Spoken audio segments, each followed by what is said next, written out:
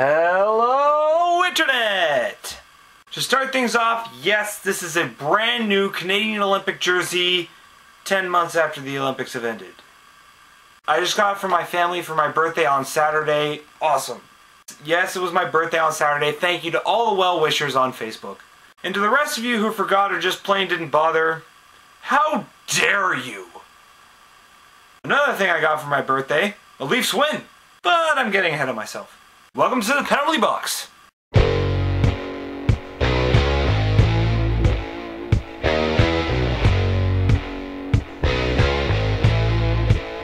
Woo!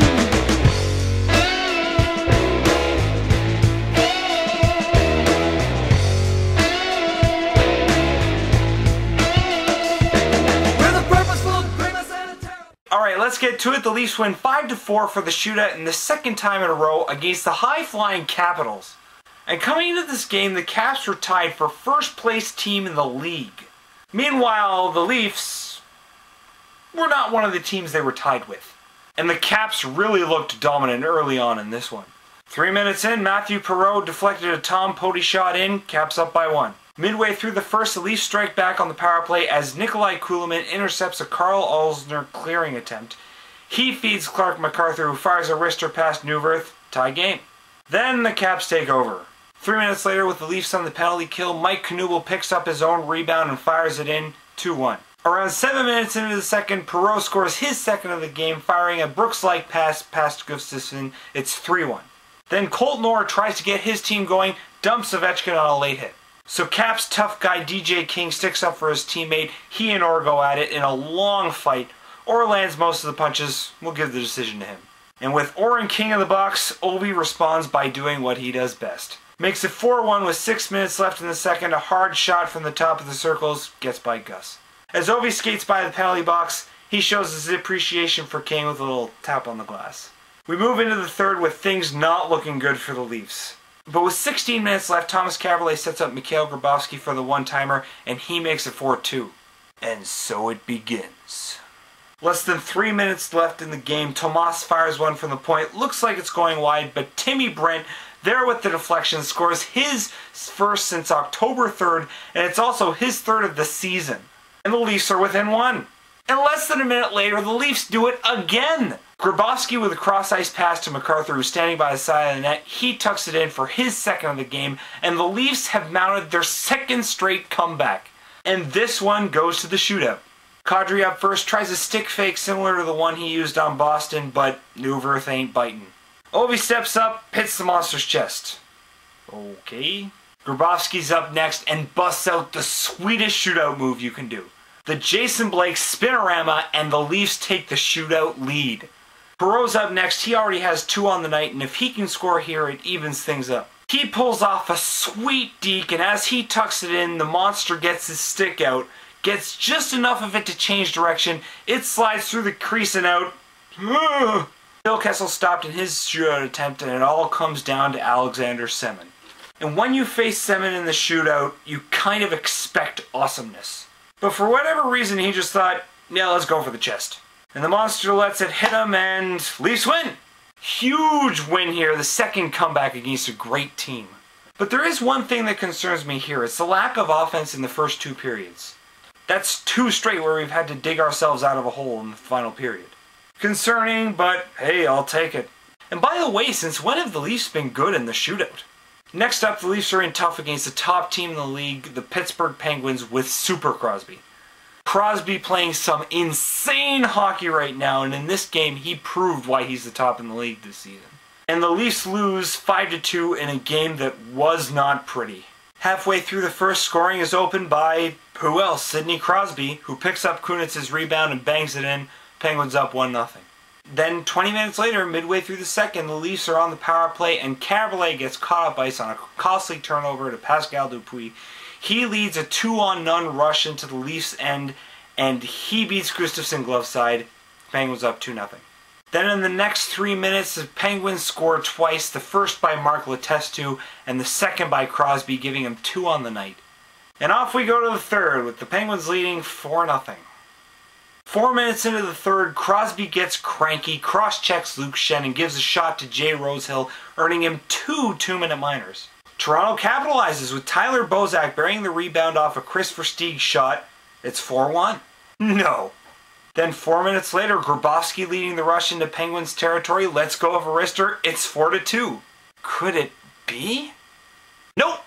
Letestu tacks on his second of the night in the final minutes, and that caps off a Penguins victory. And what's the story here? The Leafs were buried by the best team in the league. Couldn't generate much offense, porous defense, and no real scoring opportunities in the first 2 periods. I mean, what else can you say? Wilson himself didn't know, storming off in the middle of a question while talking to reporters. We move back to Toronto the very next night, Toronto facing the other Pennsylvania team, the Philadelphia Flyers. And the Leafs get a boost with the return of their captain, Mr. Dion Phaneuf. It just wasn't a big enough boost, apparently, as the Leafs fall 4-1. Midway through the first, Philly opens the scoring on the power play. Billy Leno takes it right off the draw, fires it past Giguère, Flyers are up by 1. 1 minute later, the Leafs lose another draw in their zone. Briere gives it to Pronger and he blasts it in 2-0. That's where it stands for the rest of the first, in spite of Toronto getting 2 consecutive power plays from the same Philly player.